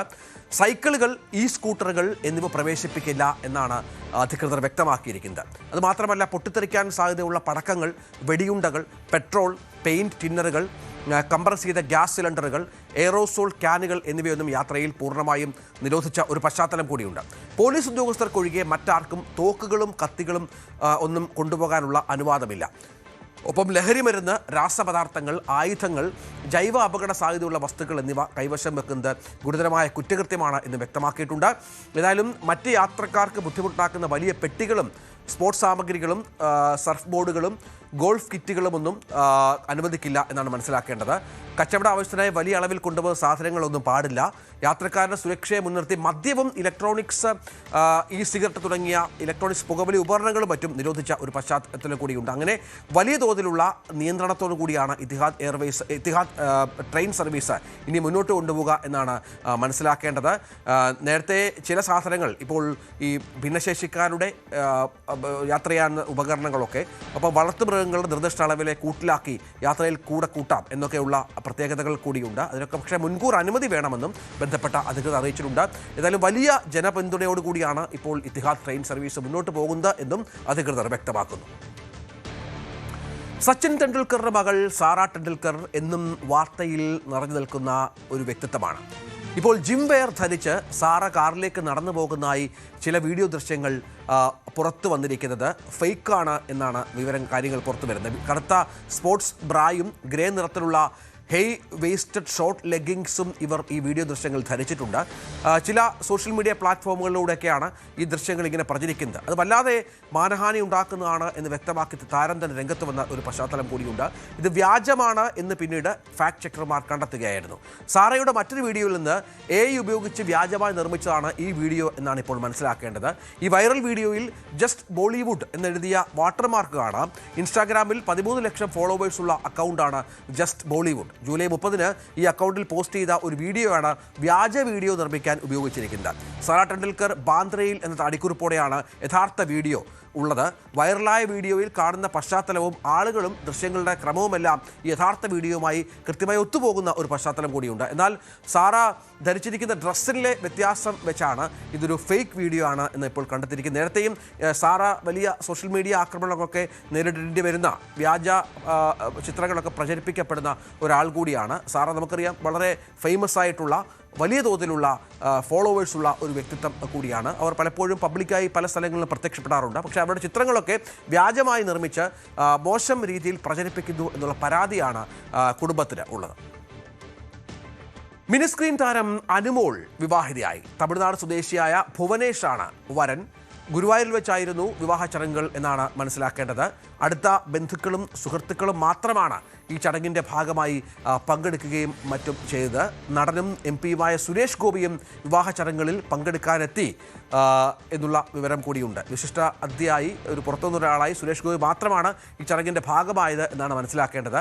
ഇതിൻ്റെ ചിത്രങ്ങളൊക്കെ അനുമോൾ പങ്കുവച്ചിട്ടുണ്ട്. നമുക്കറിയാം TV ഷോകളിലൂടെ മറ്റുമാണ് അനുമോൾ ശ്രദ്ധേയായത്. കഴിഞ്ഞ ദിവസം പങ്കുവച്ച ഇപ്പോൾ കാണിക്കുന്ന ചിത്രങ്ങളൊക്കെ താൻ വിവാഹത്തിന് ഒരുങ്ങുകയാണ് എന്ന തരത്തിലുള്ള സൂചനകൾ അനുമോൾ നൽകിയിരുന്നു. അതുമാത്രമല്ല, അനുമോൾക്കൊപ്പം പ്രവർത്തിച്ചിരുന്ന പല താരങ്ങളും ഉടൻ തന്നെ അനുമോളുടെ വിവാഹമുണ്ടാകുമെന്നും സോഷ്യൽ മീഡിയയിൽ കൂടി പറഞ്ഞിരുന്നു. അതിനുശേഷമാണ് ഇപ്പോൾ വലിയ തോതിൽ ആളുകളെയൊന്നും അറിയിക്കാതെ ഗുരുവായൂരിൽ വെച്ച് തൻ്റെ വിവാഹം അനുമോൾ നടത്തിയത്. അടുത്ത ബന്ധുക്കളും സുഹൃത്തുക്കളായ ചില ആളുകൾ മാത്രമാണ് വിവാഹ ചടങ്ങിലുണ്ടായിരുന്നത്. പിന്നീട് വിപുലമായുള്ള വിവാഹ ആഘോഷമുണ്ടാകുമെന്നാണ് അനുമോൾ അറിയിച്ചിരിക്കുന്നത്. രശ്മിക മന്ദാനയുടെ വിവാദ പരാമർശത്തിൽ സൂപ്പർ താരം യഷ് പ്രതികരണവുമായി രംഗത്ത് വന്നതാണ് സിനിമാ രംഗത്തെ വളരെ പ്രധാനപ്പെട്ട ഒരു വാർത്ത. കന്നഡ സിനിമയിലെ മിസ്റ്റർ ഷോ ഓഫ് ആരാണെന്ന ചോദ്യത്തിന് യഷ് എന്നായിരുന്നു രശ്മിക മറുപടി പറഞ്ഞത്. ഈ സംഭവത്തിലാണ് യഷ് പ്രതികരണവുമായി വന്നിരിക്കുന്നത്. മറ്റൊരാളുടെ അഭിപ്രായം തൻ്റെ വ്യക്തിത്വത്തെ ബാധിക്കില്ല എന്നാണ് യഷിൻ്റെ മറുപടി. അവരെന്തർത്ഥത്തിലാണ് ആ കാര്യം പറഞ്ഞത് എന്ന് എനിക്കറിയില്ല. അന്നൊക്കെ അവർ വളരെ പുതുമുഖമായിരുന്നു.